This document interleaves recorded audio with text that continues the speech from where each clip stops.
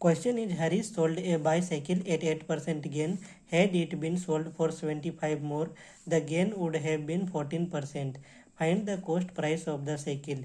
हरी से वो एक साइकिल बेचता है 8% का मुनाफा में।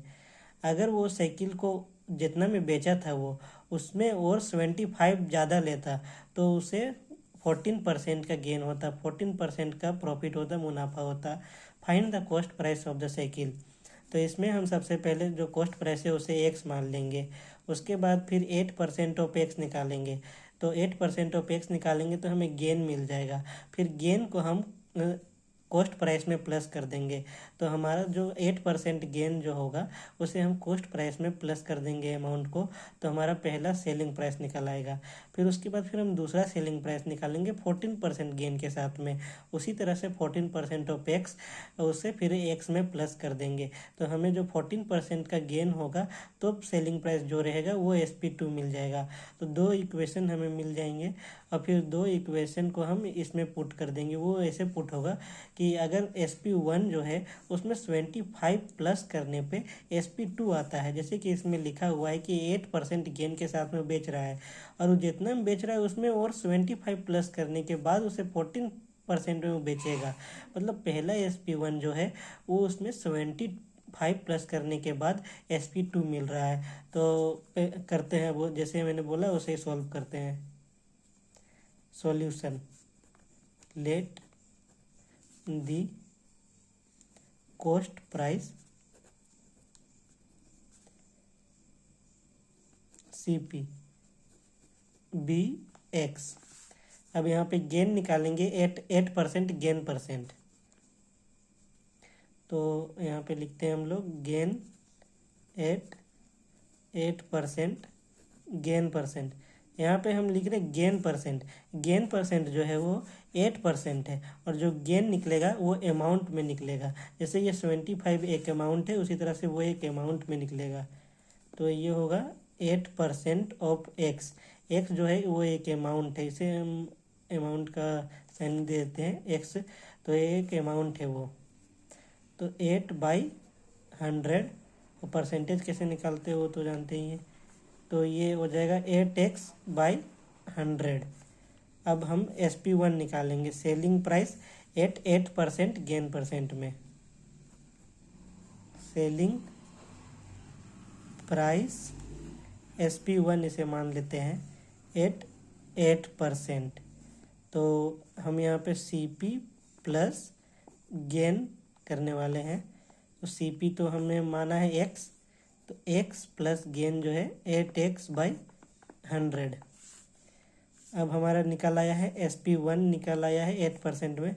अब वो सही सेम हम 14% में निकालेंगे SP2। तो गेन 14% गेन परसेंट। तो ये हो जाएगा 14% of x, 14/100 into x, 14x/100। ये हो गया हमारा gain eight 14% gain percent.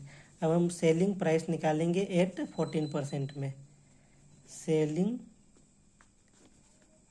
Price at 14%। ये हो जाएगा हमारा CP प्लस 14% का जो गेन है वो, ये दूसरा गेन है और ये दूसरा गेन है, इसमें कन्फ्यूजन नहीं होना। ये 8% में जो गेन था वो गेन है 8x/100 और ये जो 14% का जो गेन है वो है ये 14x/100। तो ये x प्लस 14x/100। उसके बाद फिर हमारे पास जो इक्वेशन जो एज वी नो SP1 में 25 प्लस करने पे उसे 14% का मुनाफा हो रहा था। SP1 था वो 8% के गेन में उसे SP1 मिल रहा था और 14% के बोलते हैं अगर 25 प्लस करने पे उसे, तो इस 25 प्लस करने को हम लोग ऐसे लिख सकते हैं as we know SP1 plus 25 is equal to SP2। इधर हम लोग SP2 को ले आते हैं, माइनस SP1 हो जाएगा। Equal to 75। ये पूरा का पूरा इक्वेशन ही मैंने अलग उलट दिया है। उसके बाद फिर मैंने SP1 को दूसरे साइड में ले आया है। जैसे कि मैंने SP2 को इधर ले आया और फिर SP1 को उधर ले गए और फिर 75 को भी उधर ले गए। उसके बाद फिर इस साइड से मैंने SP1 को इस साइड लाया, इसीलिए यहाँ पर माइनस साइन लगा हुआ है।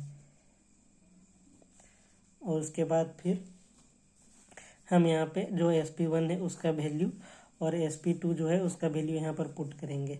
SP2 का पहले वैल्यू पुट करेंगे x प्लस 14x/100 माइनस एक ब्रैकेट x प्लस 8x/100 और यहाँ पे 75 जो हमारा प्लस करने पे आ रहा है। SP1 में 75 प्लस करने पे हमें SP2 मिलता है।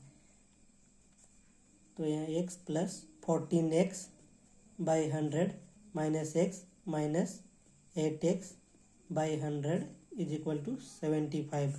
ये x इससे कट जाएगा, x कट गया, प्लस माइनस दोनों कट गए हैं। अब 14x था उसमें माइनस 8x हो जाएगा क्योंकि दोनों का डिनोमिनेटर सेम है। तो 14x minus 8x equal to 6x implies that यहाँ पे होगा /100 इज इक्वल टू 75।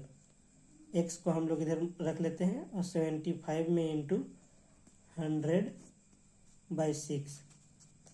तो ये 3 का टेबल में 2 बार में और 3 का टेबल में 2 बार में और ये 5 बार में, फिर ये 2 का टेबल में 1 बार में और ये 5 बार में और 0 बार में। 5 5 जा 25, 5 2 जा 10, 11 12 150। ये 1250। तो 1250 कॉस्ट परसेंट है, उसमें 8% का मुनाफा होता है। और अगर वो SP1 में बेचता है और अगर उसमें और ज़्यादा 75 ज़्यादा अगर वो कमाना चाहता है उसमें, तो वो 14% के मुनाफा के साथ में बेचेगा। और जो कॉस्ट प्राइस है वो 1250 है।